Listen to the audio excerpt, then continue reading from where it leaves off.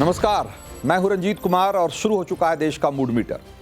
Israel Iran जंग के बीच कई सवाल अचानक से बड़े और महत्वपूर्ण हो गए हैं, जैसे कि ईरान को लेबनान समझकर इजरायल ने क्या बहुत बड़ी भूल कर दी है, किस खतरनाक बम का इस्तेमाल करके ईरान ने इजरायल को जबरदस्त झटका दिया है और खामनेई को ट्रंप ने 2 हफ्तों की मोहलत क्यों दी है, अमेरिका के इस बड़े फैसले की आखिर वजह क्या है, उससे जुड़ी रिपोर्ट भी आपको मैं बताऊंगा और मोसाद की उस सीक्रेट एजेंट के बारे में भी बताऊंगा जिसके कामयाब मिशन की बदौलत ही ईरान में इजरायल का हर निशाना बहुत सटीक बैठ रहा है।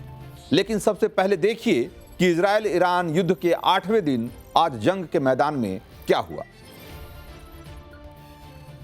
आज ईरान ने इजरायल के बीरशेबा शहर पर बैलिस्टिक मिसाइल से हमला किया और ये मिसाइल माइक्रोसॉफ्ट ऑफिस के नजदीक गिरी, जिससे कई कारों में आग लग गई, आसपास के घरों को भी नुकसान पहुंचा। इसमें 6 लोग घायल हो गए हैं और यह लगातार दूसरा दिन है जब बीरशेबा शहर पर मिसाइल से हमला हुआ है। इससे पहले गुरुवार को भी ईरान ने बीरशेबा के एक अस्पताल पर मिसाइल दागी थी, जिसमें 50 से ज्यादा लोग जख्मी हो गए थे। 8 दिन की लड़ाई में अब तक इजरायल के 24 लोग मारे गए हैं, जबकि 600 से ज्यादा लोग इसमें घायल हुए हैं।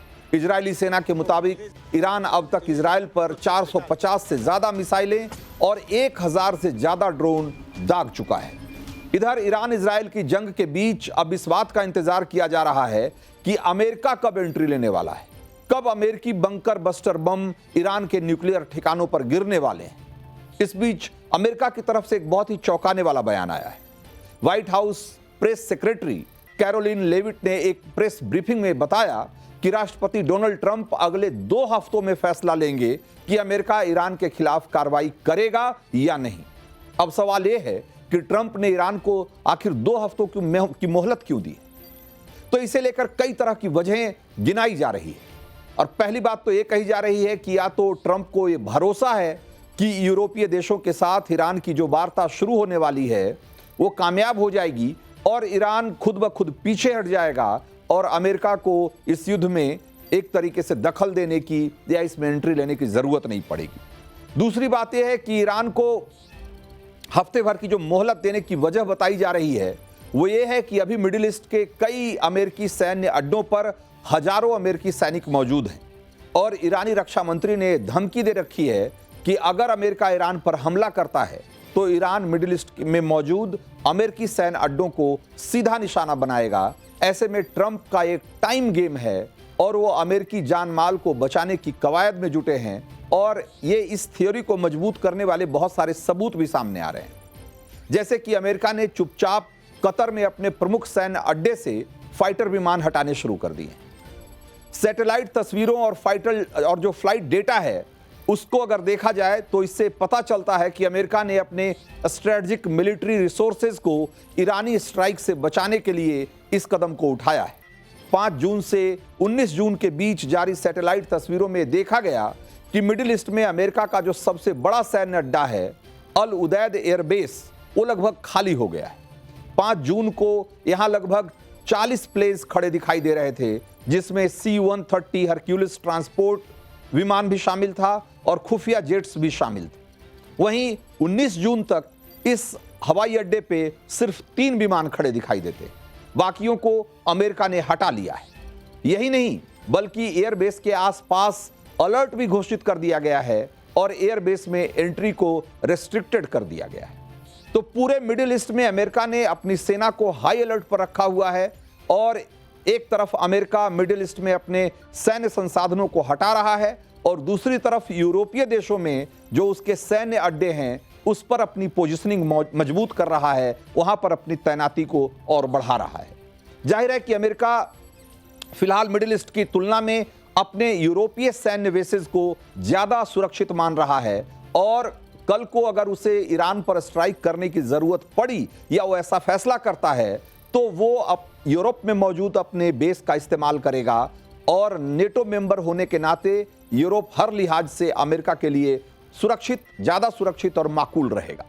फ्लाइट ट्रैकिंग डेटा की एनालिसिस से पता चला है कि 15 से 18 जून तक कम से कम 27 सैन्य ईंधन भरने वाले विमान, जिसमें से KC-46A पेगासस और KC-135 स्ट्रेटो टैंकर ये सारे विमान शामिल हैं वो सारे यूरोप के लिए निकल पड़े हैं और उन्होंने यूरोप के अलग अलग बेसिस के लिए उन्होंने उड़ान भरी है अमेरिका से। उसमें से 25 विमान अभी भी यूरोप में बताए जा रहे हैं, केवल 2 ही अमेरिका लौटे हैं। यानी कि आप सोचिए कि कितनी बड़ी संख्या में यूरोप के अपने बेसिस पर अमेरिका डिप्लॉयमेंट कर रहा है, अपनी तैनाती को बढ़ा रहा है। ये जो ईंधन भरने वाले विमान हैं ये लंबी दूरी के हवाई हमलों में महत्वपूर्ण भूमिका निभाते हैं। तो इससे ये संकेत मिल रहा है कि ईरान को अगले जो 2 हफ्ते की मोहलत अमेरिका ने दी है वो असल में उसकी अपनी तैयारी से जुड़ी हुई बात है और वो ईरान में घुसने के पहले या ईरान पर हमला करने के पहले अपनी तैयारी को और मजबूत और पुख्ता करना चाहता है। यहां पर एक बात और महत्वपूर्ण है, आपने गौर किया होगा कि ईरान के पास इस तरह के मिसाइलों की कोई कमी नहीं है जो कि 2000 से 2500 किलोमीटर तक मार कर सकते हैं, यानी कि जो मीडियम रेंज बैलिस्टिक मिसाइल हैं।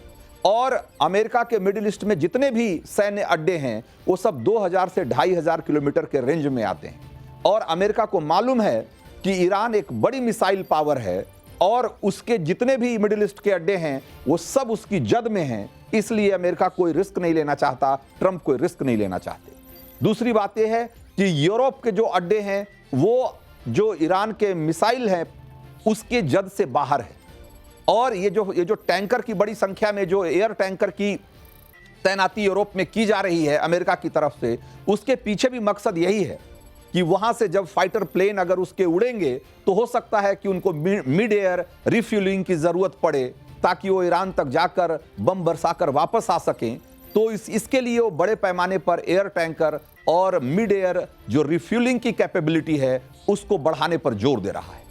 मिडिल ईस्ट को छोड़कर यूरोप से ईरान पर हमले की अमेरिका की प्लानिंग से एक बात तो ये साफ हो जाती है कि अमेरिका किसी भी सूरत में ईरान को हल्के में लेने के मूड में नहीं है। और वैसे भी ईरान ने जिस अंदाज में काउंटर स्ट्राइक किया है और इजराइल में तूफान मचाया हुआ है, उससे ये लग रहा है कि ईरान को हल्के में लेना इजराइल के साथ साथ अमेरिका के लिए भी एक भूल साबित हो सकती है, खासकर तब जब ईरान ताल ठोक कर कह रहा है कि अभी तो ये ट्रेलर है, पूरी पिक्चर तो अभी बाकी ही। ईरान के रिवोल्यूशनरी गार्ड के पूर्व कमांडर मोहसिन रेजाई ने तो यहां तक कहा है कि अभी तो दुश्मन ने ईरानी मिसाइलों की ताकत देखी ही कहां है।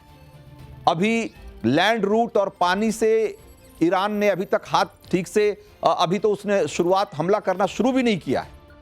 अगर वहां से जब हमले शुरू होंगे तब दुनिया को पता चलेगा कि ईरान की असल ताकत क्या है। एक बार जरा रेजाई को सुनिए। तो इस लड़ाई में एक तरफ ईरान है जिसका हौसला अभी हाई है और दूसरी तरफ है इजराइल जिसे भरोसा है कि अमेरिकी मदद से वो जल्दी ही ईरान को घुटने पर लाने में कामयाब हो जाएगा। इजराइल के रक्षा मंत्री ने तो यहां तक चेतावनी दी है कि अगर ईरान मिसाइल हमले जारी रखता है तो तेहरान जल जाएगा। इजराइल की इस वार्निंग को डिफेंस एक्सपर्ट्स ने ऐसे डिकोड किया है कि इजराइल अभी भी इस मुगालते में है कि जिस रणनीति से उसने लेबनान के हिजबुल्ला को मात दी उसी तरीके से वो ईरान को भी शिकस्त दे देगा। लेकिन एक्सपर्ट्स इस बात पर जोर दे रहे हैं कि लेबनान और ईरान दोनों में बहुत फर्क है और वो फर्क इजराइल को समझना होगा। लेबनान एक छोटा देश था और हिजबुल्ला एक नॉन स्टेट ऑर्गेनाइजेशन जिसके पास बहुत लिमिटेड रिसोर्स है। इसके विपरीत ईरान एक बड़ा और संसाधन संपन्न देश है और मिलिट्री इंफ्रास्ट्रक्चर उसका काफी बड़ा है। ईरान के पास एक रेगुलर फौज है, सेना है, Islamic revolutionary guard corps, modern missile system, हर तरीके के हथियार हैं उसके पास। इजराइल के हवाई हमलों ने लेबनान में हिजबुल्ला के ठिकानों को आसानी से निशाना बनाया था, लेकिन ईरान के सैन्य ठिकाने जो हैं वो पहाड़ी क्षेत्रों और अंडरग्राउंड बंकरों में हैं जो हवाई हमलों से बचाव के लिए ही डिजाइन किए गए। ईरान के पास हजारों बैलिस्टिक और क्रूज मिसाइलें हैं और तेल अबीब से लेकर दक्षिण इजराइल तक ईरानी मिसाइलों ने जिस तरीके से गदर काटा हुआ है, जिस तरीके से उसने नुकसान पहुंचाया है, वो दुनिया के सामने है। लेबनान का साथ देने के लिए कोई देश सामने नहीं आया, लेकिन यहां ईरान की पीठ पर चीन भी है और रूस भी है। ईरान के पास तेल और गैस के विशाल भंडार हैं जो उसे लंबे समय तक युद्ध में बने रहने की आर्थिक क्षमता देते हैं। साथ ही ईरान की जो मिसाइल और ड्रोन तकनीक है वो पूरी तरीके से स्वदेशी है, जिससे वो बाहरी प्रतिबंधों के बावजूद हथियार लंबे समय तक बना सकता है और युद्ध में लंबे समय तक बना रह सकता है। यानी इस बार इजराइल की टक्कर किसी कमजोर देश या गुट से या संगठन से नहीं है, बल्कि इस बार टक्कर कम से कम अगर ऐसे देखें तो बराबरी की टक्कर दिख रही है। और इस युद्ध में तो ऐसे भी कई मौके सामने आ चुके हैं जब ऐसा दिखा कि ईरान अपनी ताकत और तकनीक से इजराइल को झटका दे रहा है। आज ही खुद इजराइल ने माना है, स्वीकार किया है कि ईरान की तरफ से लॉन्च की गई एक मिसाइल में क्लस्टर बम था। ईरान पहले दावा करता रहा है कि उसके पास multiple independently targetable re entry vehicle, जिसको कि MIRV कहते हैं, MIRV टेक्नोलॉजी, तो MIRV से लेस बैलिस्टिक मिसाइल हैं। और आज इजराइल खुद सबूत दे रहा है, खुद कह रहा है कि उसने जो मिसाइल दागी है वो MIRV से लेस था। बताया जा रहा है कि ईरान की तरफ से दागी गई मिसाइल का वॉरहेड लगभग 7 किलोमीटर की हाइट पर अलग हो गया और उससे 8 किलोमीटर के दायरे में 20 छोटे छोटे बम निकले और वो पूरे अलग अलग टारगेट को पर जाकर के फटे। इससे तबाही बहुत ज्यादा हुई और इसी को क्लस्टर बम कहते हैं। क्लस्टर बम ऐसे बम होते हैं जिसके भीतर कई सारे छोटे छोटे बम होते हैं और इसका जो वॉरहेड है वो आसमान में ही खुल जाता है और इसके बाद जो इसके जो छोटे छोटे इसमें वॉरहेड लगे होते हैं वो अलग अलग दिशाओं में चले जाते हैं और अलग अलग टारगेट को, एक बड़े एरिया में एक अलग अलग टारगेट को वो निशाना बनाते हैं। और इसकी खास बात ये भी है कि इसकी वजह से एक साथ कई टारगेट को निशाना बना सकता है। और आज इसी का नमूना, इसी की एक बानगी आज इजराइल में देखने को मिली। तो इजराइल के साथ अमेरिका के लिए अभी टेंशन सिर्फ इतनी नहीं है। एक और चौंकाने वाली खबर यह सामने आई है कि इजरायली खुफिया एजेंसी मोसाद ने दावा किया है कि ईरान अगले 15 दिनों में परमाणु हथियार बना सकता है। एक रिपोर्ट के मुताबिक कुछ अमेरिकी अधिकारियों ने मोसाद के दावे की पुष्टि भी की है। रिपोर्ट्स के मुताबिक अमेरिकी अधिकारियों का मानना है कि मोसाद की तरफ से मिले नए अपडेट से स्पष्ट होता है कि ईरान 15 दिनों में परमाणु हथियार बना लेगा। व्हाइट हाउस ने भी ईरान के न्यूक्लियर प्रोग्राम पर बयान दिया है। व्हाइट हाउस का कहना है कि ईरान अयातुल्ला अली खामनेई से हरी झंडी मिलने के बाद कुछ ही हफ्तों में परमाणु हथियार बनाने में सक्षम है। और व्हाइट हाउस की प्रेस सचिव कैरोलिन लेविट ने कहा है कि यह तय बात है कि ईरान के पास परमाणु हथियार बनाने के लिए सभी जरूरी चीजें उपलब्ध है। इसके लिए वो बस सर्वोच्च नेता के फैसले का इंतजार कर रहा है। हालांकि मोसाद की तरफ से मिले इनपुट पर अमेरिका को पक्का यकीन है, क्योंकि मोसाद के मिशन और एक्शन दोनों ही अब तक 100% सटीक रहे हैं। और इजराइल जिस तरीके से ईरान में घुसकर टारगेटेड अटैक में उसकी मिलिट्री और न्यूक्लियर लीडरशिप को खत्म कर रहा है, यह मोसाद की ताकत की बानगी है। मोसाद के इस मिशन को लेकर बहुत ही रोचक जानकारियां आ रही है, मैं उसके बारे में भी आपको बताऊंगा। लेकिन आप ये समझिए कि जब ये कहा जा रहा है कि ईरान आज की तारीख में 2 हफ्ते के भीतर एक परमाणु बम बनाने में सक्षम है, तो ये बात यूं ही नहीं कही जा रही है, क्योंकि पिछले 1 दशक में ईरान ने अपना जो न्यूक्लियर इंफ्रास्ट्रक्चर है, उसके जो रिएक्टर्स हैं, वहां पर वो सारी टेक्नोलॉजी उसने हासिल कर ली है या सारी टेक्नोलॉजी का परीक्षण कर लिया है जिसके जरिए परमाणु बम बनाए जा सकते हैं। और उसमें सबसे जो महत्वपूर्ण चीज होती है वो होती है इनरिच्ड यूरेनियम। तो ये जो इनरिच्ड यूरेनियम है, इसको एक खास तरह के सेंट्रीफ्यूज के जरिए, मैग्नेटिक सेंट्रीफ्यूज के जरिए जो यूरेनियम के दूसरे आइसोटोप हैं उसको अलग किए जाते हैं, और वो जो आइसोटोप है यूरेनियम का, वही बम बनाने में कारगर होता है। और यूरेनियम का जो बम बनाने लायक जो आइसोटोप होता है वो सेंट्रीफ्यूज, जो कि एक अलग तरह की टेक्नोलॉजी होती है जिसके जरिए यूरेनियम का संवर्धन किया जाता है। ईरान इस टेक्नोलॉजी को हासिल करने में कामयाब हो गया है, ये बात दुनिया आज की तारीख में मानती है।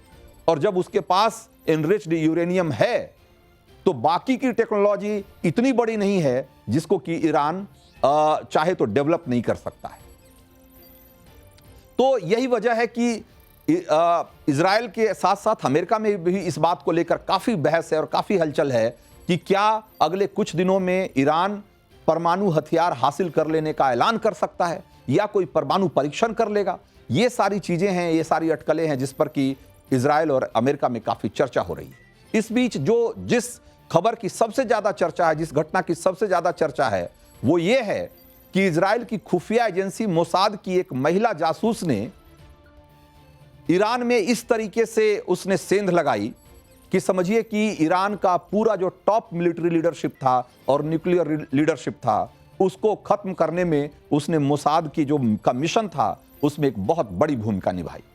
और ये जो जासूस थी, एक महिला जासूस थी जो कि 2 साल पहले ईरान गई थी और उसने वहां के लोगों को, वहां के जो मिलिट्री लीडरशिप है उसका भरोसा जीतने में कामयाब हो गई, क्योंकि उसने बाकायदा जाकर वहां इस्लाम कबूल किया और देश के बड़े अफसरों के घरों तक अपनी पैठ बना ली थी। मोसाद की उस सीक्रेट एजेंट का नाम कैथरीन पेरेज शेकेड बताया जा रहा है, जो कि मूल तौर पर एक फ्रांसीसी है, लेकिन इन्हें मोसाद ने इस तरीके से ट्रेन किया था कि बहुत कम समय में उसने ईरान के भीतर घुसकर सारी टॉप सीक्रेट जानकारियां हासिल कर ली और वो सारी जानकारियां उन्होंने मोसाद को पास आउट कर दी।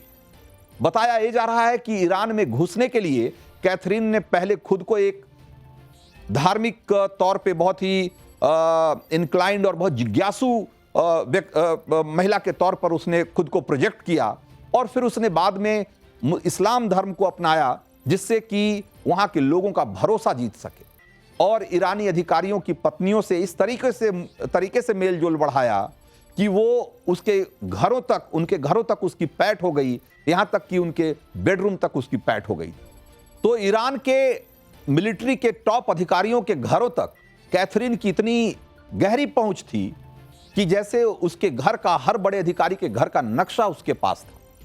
और यही वजह है कि इजराइल का हर हमला इतना सटीक बैठा कि ऐसा लग रहा था कि जैसे किसी ने नक्शा बनाकर इजरायली सेना को और मोसाद को दिया।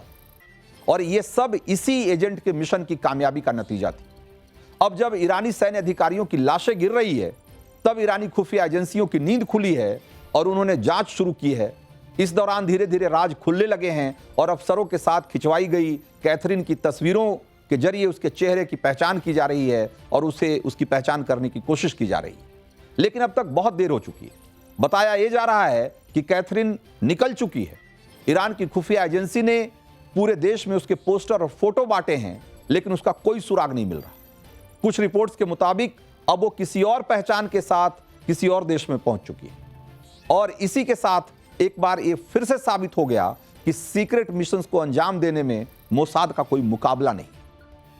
तो लड़ाई के फर्स्ट फेज में मोसाद के इनपुट की वजह से ही इजराइल को ये बड़ी बढ़त मिली, लेकिन उसके बाद जिस तेजी से ईरान ने जंग के मैदान में वापसी की है, उसकी वजह से लड़ाई अब बराबरी के लेवल पर आती हुई दिखाई दे रही है और यहां से इसके भयानक मोड़ लेने की आशंकाएं जताई जा रही है। अगले कुछ दिनों में ये लड़ाई किस करवट बैठेगी या क्या मोड़ लेगी, कहना मुश्किल है।